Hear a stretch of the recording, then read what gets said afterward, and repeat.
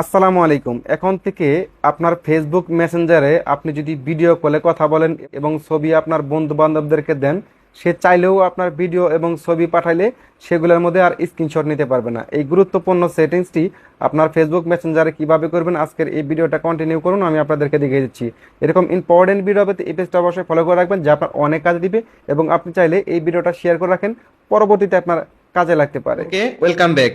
প্রথমে আপনাদের ফোন থেকে মেসেঞ্জার অ্যাপটিতে একবার ক্লিক করবেন। একদম কর্নারে পাবেন থ্রি ডট লাইন্স, এখানে একবার ক্লিক করবেন। ডান পাশে পাবেন সেটিংস আইকন, এখানে একবার ক্লিক করবেন। স্ক্রল ডাউন করবেন। প্রাইভেসি অ্যান্ড সেফটি, এখানে একবার ক্লিক করুন। ইন টু ইন, এখানে একবার ক্লিক করুন। সিকিউরিটি অ্যালার্ট, এখানে একবার ক্লিক করুন। ম্যানেজ সিকিউরিটি অ্যালার্ট, এখানে একবার ক্লিক করুন।